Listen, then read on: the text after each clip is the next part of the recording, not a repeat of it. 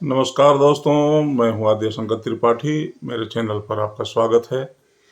जैसा कि मैंने इस चैनल में आपको विधि संबंधित जानकारियाँ दिया है हमेशा और आगे भी देता रहूँगा। तो आज मैं बताना चाहूँगा आपको जमानत के विषय में। जो विभिन्न प्रकार के अपराध होते हैं उसमें जमानत की क्या प्रक्रिया होती है, जमानत कैसे कराई जाती है, किन अपराधों में कहाँ जमानत होती है और कैसे अपराधों में कहाँ जमानत होती है, एक सामान्य सी जानकारी आपको इस चैनल के माध्यम से देना चाहूँगा। तो पहले आप सब्सक्राइब कर लें मेरे इस चैनल को और लाइक करें और बेल आइकन दबाएं। तो दोस्तों, भारतीय दंड प्रक्रिया संहिता, इसमें जमानत से संबंधित समस्त प्रक्रियाओं का विस्तार से विश्लेषण किया गया है। वैसे तो ये भिन्न भिन्न मामलों में, भिन्न भिन्न परिस्थितियों में और जो अपराध है उसकी प्रकृति के संदर्भ में कई प्रकार का इसमें विश्लेषण है, किंतु एक सामान्य और मोटा मोटी जानकारी जो आपको होनी चाहिए वो ये है कि भारतीय दंड प्रक्रिया संहिता की धारा 436 के तहत अजमानती माफ कीजिएगा, जमानती अपराधों के विषय में प्रावधान करती है। हमारे दंड प्रक्रिया संहिता में अनुसूची 1 के भाग 5 में इसका विश्लेषण है कि कौन सा अपराध भारतीय दंड संहिता में जमानती है और कौन सा अपराध अजमानती है। वैसे बहुत सारे अधिनियम हैं जिसमें दंडिक प्रावधान है, उनकी धाराओं में ही लिखा होता है कि वो अपराध जमानती है या अजमानती है और उसमें कितना दंड का प्रावधान किया गया है। तो 436 जो दंड प्रक्रिया संहिता की धारा है वो जमानती अपराधों के विषय में वर्णन करती है और जमानती अपराधों में व्यक्ति को जो अपराध उसने किया है या जैसा कि उसके ऊपर आरोप है या उसके विरुद्ध FIR है, तो उस पर थाने का भार साधक अधिकारी स्वयं भी उसको जमानत थाने से ही दे सकता है और अदालत भी जो है, कोई भी मजिस्ट्रेट उसको जमानत दे सकता है। जमानती अपराध के संदर्भ में आरोपी का, अभियुक्त का अधिकार होता है कि वो जमानत प्राप्त करे और उसको जमानत दिया ही जाना चाहिए। उसे जेल नहीं भेजा जा सकता है, ये कानून में प्रावधान है, बशर्ते कि वो जमानती अपराध हो। इसके आगे हम बात करेंगे 437 में अजमानती अपराधों के विषय में प्रावधान है। वे अपराध जो जिसमें जमानत का प्रावधान नहीं है, यदि किसी के ऊपर ऐसा आरोप है और FIR है, उसमें जांच चल रही है, तो उस पर उसे किसी भी मजिस्ट्रेट के समक्ष ही 437 के तहत आवेदन पत्र लगाना पड़ता है और 437 7 वर्ष से या उससे अधिक के जो अपराध हैं उसके बारे में अगर न्यायालय को ये लगता है कि प्रथम दृष्टया इसके ऊपर मामला नहीं बनता है या बनता है, तो उस पर अपने विवेक से प्रकरण की गंभीरता को विचार करते हुए वो उस पर जमानत देता है अथवा नहीं भी देता है। 437 में अजमानती अपराधों में न्यायालय का पूर्णतः विवेक है। उस अपराध की प्रकृति को देखते हुए मजिस्ट्रेट उस पर विचार करता है और जमानत देता है अथवा नहीं देता है। इसमें अभियुक्त का या आरोपी का अधिकार नहीं है कि वो न्यायालय से जमानत प्राप्त कर ही सके। वो अपराध की प्रकृति पर निर्भर करता है कि उसको जमानत मिले अथवा ना मिले। तो दोस्तों, जमानत के लिए मैंने देखा है बहुत सारे लोग परेशान रहते हैं और जमानती अपराधों के बारे में बहुत डर जाते हैं।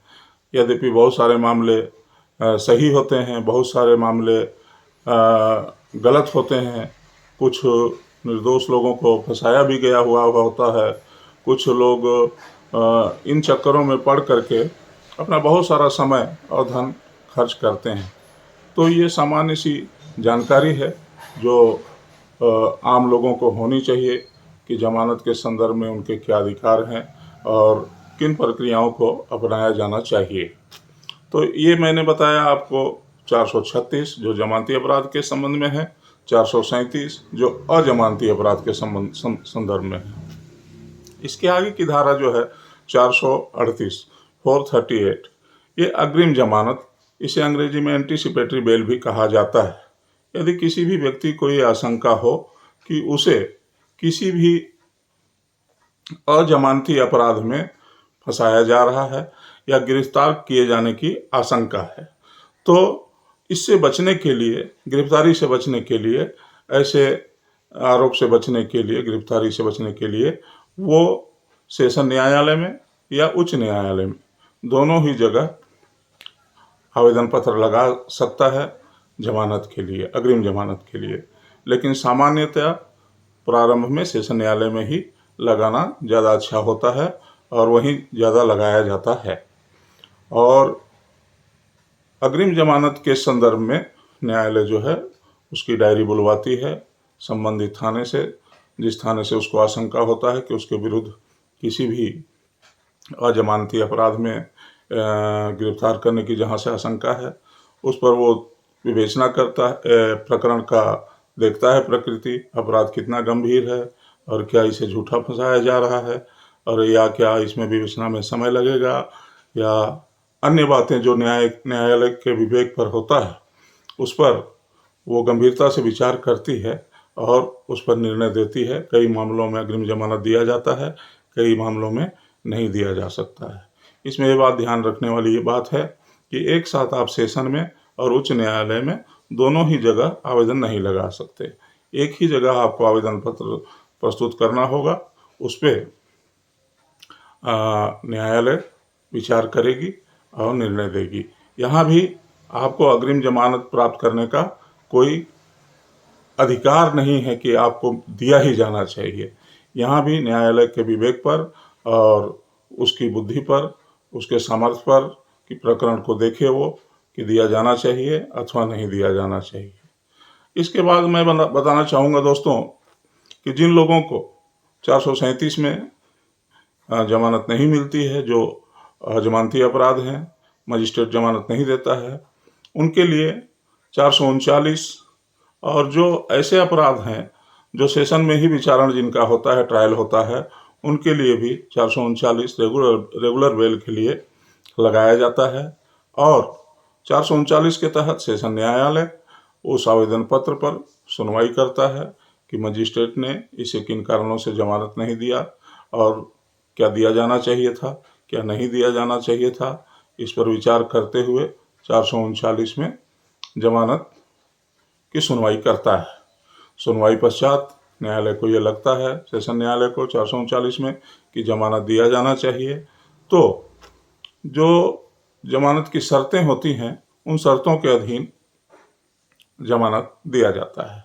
और जमानत की शर्तों में मुख्यतः 3-4 बातें होती हैं। पहली बात यह है कि वो भारत छोड़ करके या गांव छोड़ करके, नगर छोड़ करके कहीं जाएगा नहीं, साक्षियों को भड़काएगा नहीं, साक्षियों को खरीदेगा नहीं, किसी पर कोई दबाव नहीं बनाएगा। पुलिस थाने के बाहर साधक अधिकारी जब भी उसे किसी बात के लिए, पूछताछ के लिए बुलाएंगे वो जाएगा। और सबसे महत्वपूर्ण बात, उस आरोपी को न्यायालय में प्रत्येक पेशी में उपस्थित होना अनिवार्य होगा। यदि वो उपस्थित नहीं होता है न्यायालय में तो उसके द्वारा जो जमानत प्रस्तुत की गई है वो जमानत जब्त हो जाती है और उसके पश्चात उसको वारंट जारी हो जाता है और पुलिस उसे पकड़कर न्यायालय के समक्ष वारंट की तामीली में न्यायालय में उपस्थित होती है। तो जब वो उपस्थित होता है उस समय में उसके द्वारा जो पहले जमानत ली गई है, न्यायालय उसको चाहे तो पूरी राशि जब्त कर सकता है या चाहे तो आधा कर सकता है, या उसके विवेक पर है। और पुनः आपको जमानत के लिए आवेदन पत्र देना होगा। और ये जरूरी नहीं है कि दोबारा जिस मामले में आपको जमानत मिली थी दोबारा भी जमानत मिल जाए। इसलिए सावधानी ये रखनी चाहिए कि न्यायालय में हर पेशी में उपस्थित होना चाहिए।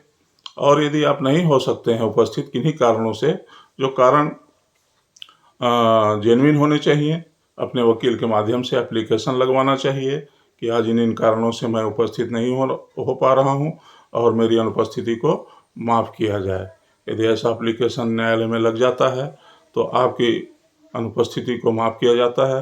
यदि आपका अधिवक्ता एप्लीकेशन भी नहीं लगाता है और आप उपस्थित भी नहीं होते हैं तो ऐसी स्थिति में आपके विरुद्ध वारंट जारी हो जाएगा और आपने जो जमानत की शर्तों का उल्लंघन किया है उसमें आपको गिरफ्तार करके पुनः न्यायालय में लाया जाएगा। तत्पश्चात बाकी की कार्रवाई होगी।